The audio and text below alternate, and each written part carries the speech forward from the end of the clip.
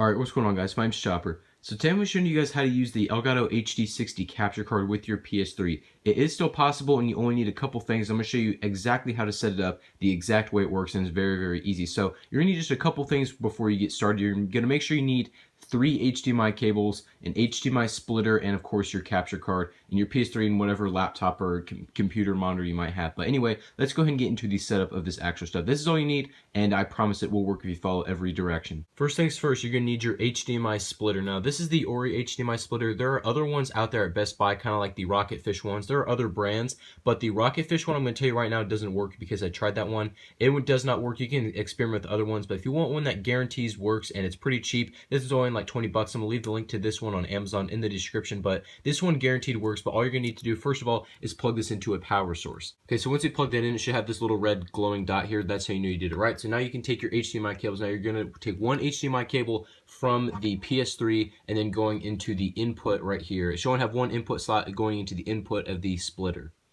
Assuming you did that correctly, you should have another dot glowing right there, and then you'll take another HDMI cable. This one is actually plugged into my TV right here. You can, whatever monitor or TV you might be playing on, plug that into the output 1 on the back of the splitter right here. It's going to go into the HDMI output 1. And once you got that, another one should come up, and then you can take your last HDMI cable, like right here, plug this into the other output, and then plug it into the input of the Elgato capture card.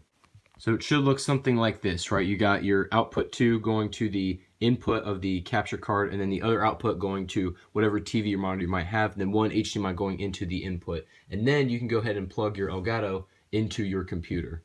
And then you're going to need to do one more thing in the settings on your capture card itself. You're going to want to go to the actual, the toolbar right here. It'll bring this up. You're going to want to set this to PlayStation 4, of course, and then you're going to want to have, HDMI here. Change this down to HD 720. Don't go 1080 because sometimes it can't handle it. And then also you're going to want to change the quality just depending on, whatever computer you might be using. I usually go about here. Should be okay right here. Allow 60 FPS. You can have that on, but it actually won't allow 60 FPS for whatever reason. Like from what I've been using, like it's still in 30 frames on old gen, but that's okay. Also, you can change this to Xbox 360 if you want. I've seen other people use that, but I haven't really, experienced that myself. But anyway, that's pretty much all you got to do, and it should come up just like this. PS3, should come up. It's pretty simple, pretty easy. So anyway, guys, if you did enjoy this, if this helped you, make sure to leave a like and subscribe if you haven't already. Thank you all for watching, and I'll catch you guys on the next video.